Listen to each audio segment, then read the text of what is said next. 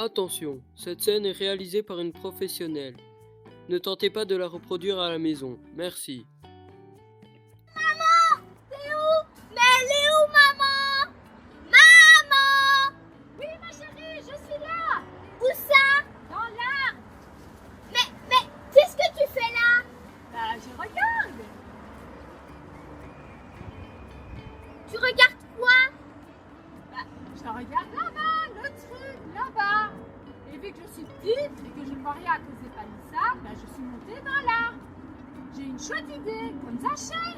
Zaché, c'est qui? Tu connais pas Zaché? Attends, parce que d'ici, c'est pas évident de t'expliquer. Encore une ou deux photos. Voilà. Tiens, attrape. Tu vas sur YouTube, tu tapes Zaché et tu prends la première vidéo. Attends. YouTube, Zaché. Ah, voilà. Attends, je regarde. L'histoire de Dieu, Zaché. Une partie de l'histoire de Dieu concerne Zaché et commence comme ceci. Il était une fois un homme nommé Zaché. Appelons-le Zach. Il vivait dans une ville appelée Jéricho. Il était petit et n'avait pas beaucoup d'amis. En réalité, les gens détestaient Zach. C'est parce qu'il travaillait comme percepteur.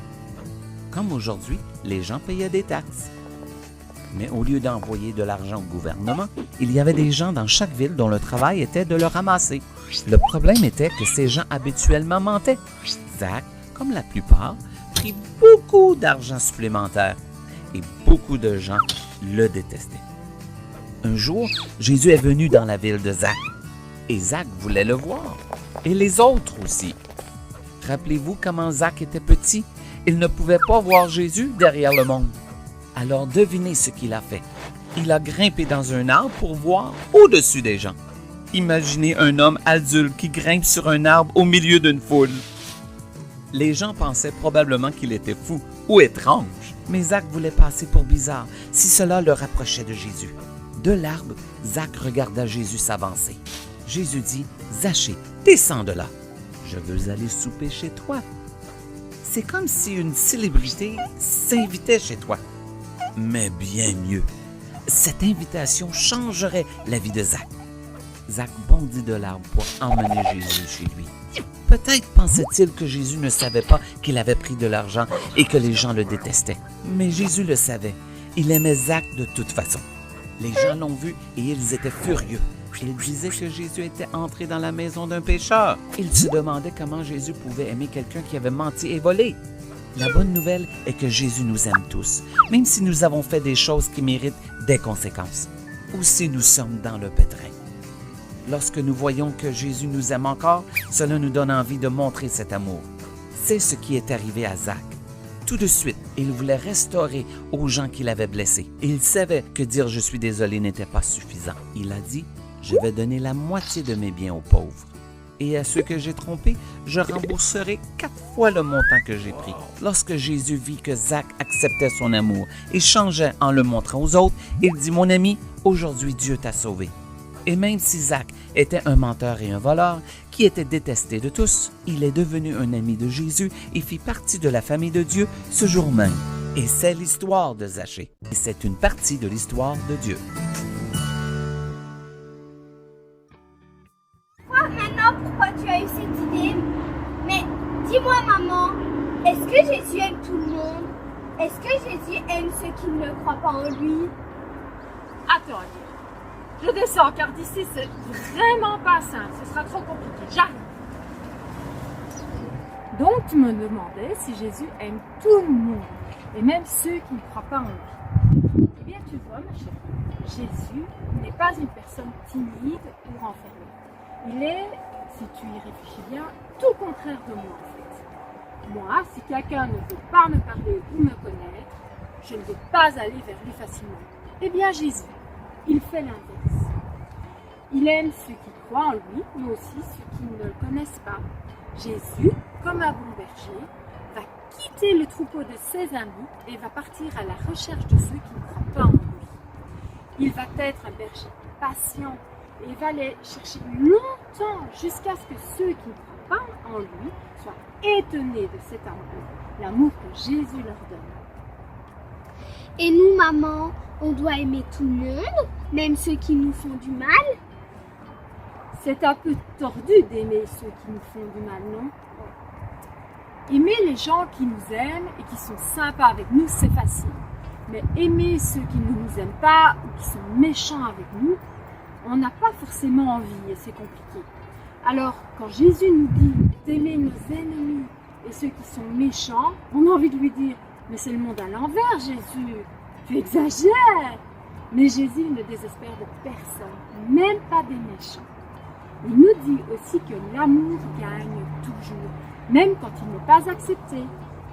Alors, ma chérie, pour aimer ceux qui sont méchants avec nous, accrochons-nous à Jésus pour faire grandir cet amour. Nous devons essayer d'aimer ceux qui ne nous aiment pas. Et peut-être qu'ainsi, ils découvriront l'amour de Jésus à travers nous. Et comment on est amis avec Jésus, maman? On pense souvent que pour se faire des amis dans la cour de récréation, il faut bien se faire voir de tous les autres et montrer ce qu'on sait faire d'intéressant. Tout ce qu'on sait faire d'intéressant, on fait le malin, comme on dit. En fait, on se rend compte que ça ne marche pas vraiment et on est vite oublié. Ce qui compte pour Jésus, ce n'est pas du tout ça, mais c'est un trésor qui te rend unique et irremplaçable à ses yeux. C'est ce que tu as dans ton cœur, et notamment l'amour qui s'y trouve. Tu vois cet amour, il est beau et Jésus voit ça. C'est ça qui te rend unique et irremplaçable à ses yeux. Et toi maintenant, tu dois lui ouvrir ton cœur, tu dois lui parler, tu dois te confier à lui, comme tu le feras avec un ami qui serait présent à côté de toi. Alors tu verras que Jésus fera grandir en toi cet amour, ce trésor, et il sera l'ami le plus fidèle que tu n'aies jamais connu. Mais comment le suivre alors qu'on ne le voit pas? Au moment où nous acceptons Jésus dans nos vies, il vient vivre dans notre cœur. Alors oui, Jésus, il est dans le ciel, mais il est également dans le cœur, par son Saint-Esprit. Le Saint-Esprit vient vivre en nous, si tu veux. Chaque enfant de Dieu a le Saint-Esprit en lui. Il va nous aider à connaître Jésus, à comprendre la Bible, à prier. Il nous aide tous les jours à aimer Jésus de plus en plus et à lui ressembler. Et à quoi ça sert d'être sauvé alors? Au moment où nous acceptons de croire en Jésus, que nous lui demandons de venir dans nos vies, nous devenons enfants de Dieu. Nous appartenons pour toujours au Seigneur Jésus. Et parce que Jésus vit en nous, nous sommes certains d'aller au ciel un jour, près de lui, toujours. Mais cela ne veut pas dire que nous ne ferons plus jamais le mal. Nous serons encore tentés de faire des choses pas très bien. Mais Jésus nous aidera à vaincre cette tentation. Si Jésus est dans ton cœur, tu vas vouloir lui plaire et faire ce qu'il veut que tu fasses. Et si tu ne sais pas si tu dois faire ou non quelque chose, alors demande-toi, est-ce que Jésus aimerait que je fasse cela ou non? Si tu penses que non, alors ne le fais pas. Mais qu'est-ce qui se passe si je le fais quand même? Dieu a promis qu'il ne t'abandonnerait jamais. Lorsque nous péchons, toutefois, le péché vient, si tu veux, se placer entre nous et Dieu. Nous devons donc reconnaître que nous avons mal agi et demander pardon pour cela. Si nous le faisons, Dieu nous a aussi promis de nous pardonner. Mais du danger, il y en a plein. Regarde-nous. Sans cesse, nous, tes parents, on te dit « Fais pas ceci, tu vas te faire mal. Fais pas cela, c'est pas bien. » Eh bien, Dieu, c'est la même chose. C'est un peu quand tu as retiré les roulettes de ton vélo. Tu vois, eh bien, tu étais vraiment content qu'il y ait quelqu'un, un grand qui court avec toi pour te rattraper au cas où tu voudrais tomber, pour t'empêcher même de tomber. Eh bien, avec Dieu, c'est un peu la même chose. Jésus est là, à côté de nous. Et nous, on est là et on cherche à ne pas faire de mal. Et Jésus, lui, il est là pour nous empêcher de tomber. Et si on tombe, eh bien, il est là pour nous relever et nous remettre en scène. Waouh! Dieu c'est vraiment un super-héros. Ouais. Ça me fait penser à la chanson de Valérie. Jésus est mon super-héros, notre étoile, notre ami. Oui, c'est exactement ça. Quand on dit que Dieu est tout puissant, on imagine Dieu comme un super-héros qui peut tout. Mais quand nous sommes des enfants de Dieu, nous devons aussi être des super-héros, non pas de la force, mais de l'amour. Tiens, on va regarder ce que nous dit la Bible à ce sujet. Je vais te donner le numéro de téléphone de Dieu pour trouver le verset du jour dans ta Bible. C'est le 02 43 13 34. Alors tu sais ce que cela veut dire? Parfait. 02. C'est la partie de la Bible où se trouve notre verset du jour. La deuxième partie. Donc, C'est le Nouveau Testament. bien. 43, c'est le livre où se trouve notre verset. Le 43e livre de la Bible. Regarde, c'est lequel? C'est l'Évangile de Jean. Bien. 13, C'est le chapitre de notre livre. c'est le gros chiffre, donc le chapitre 13 de l'évangile de Jean. Regarde.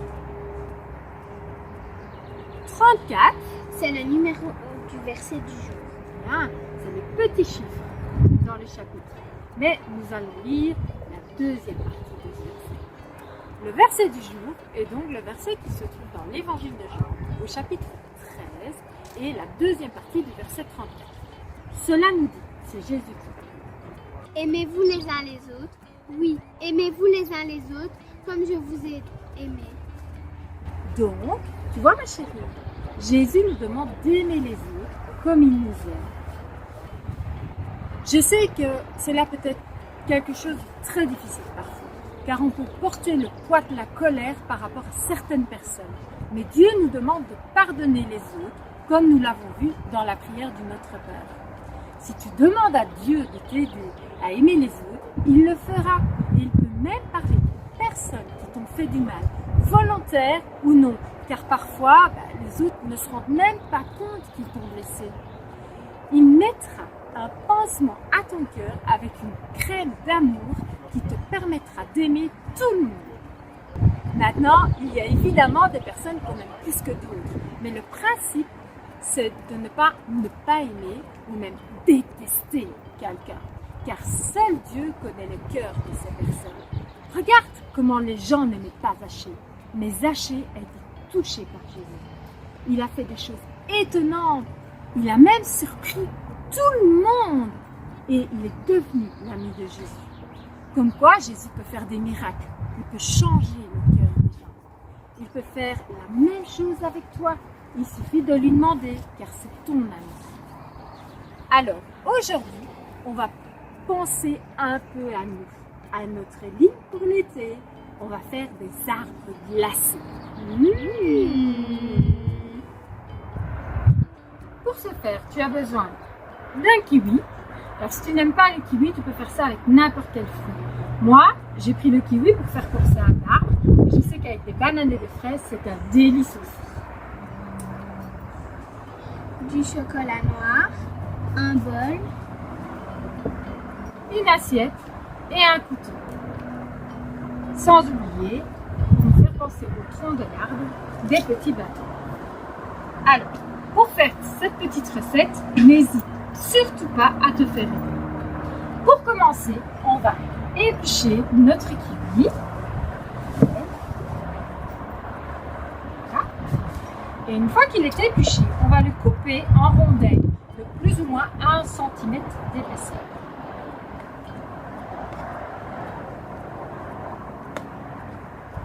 Fais attention à ne pas te couper.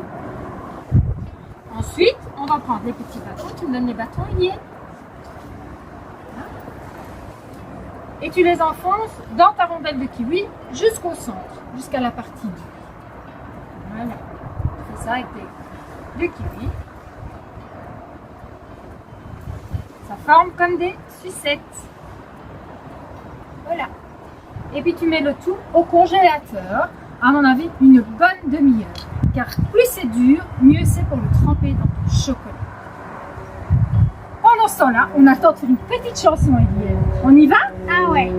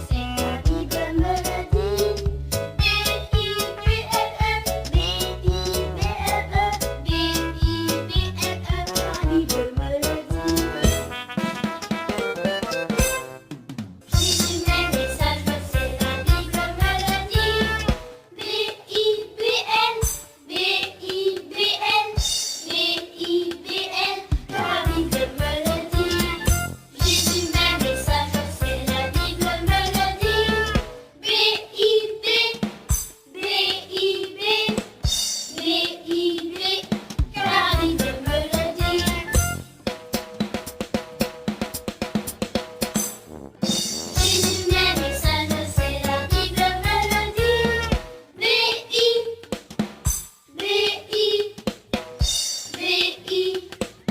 La Bible me le dit. Jésus m'aime et ça je le sais, la Bible me le dit. B. B. B. La Bible me le dit. Jésus m'aime et ça je le sais, la Bible me le dit.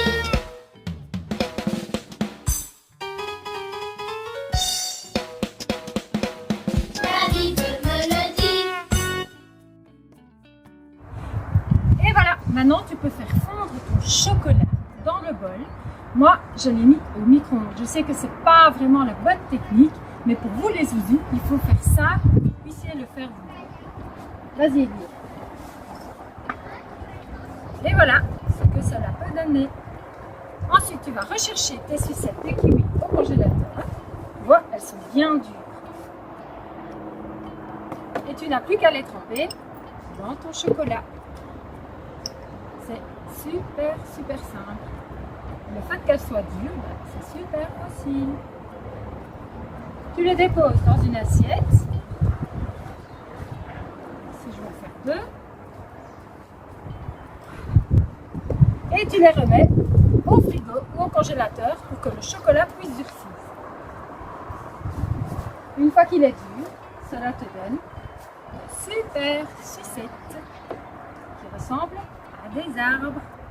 Et voilà, un bon dessert avec plein de fruits pour plein de vitamines et de bon chocolat pour la mémoire. Super bon pour la santé, non?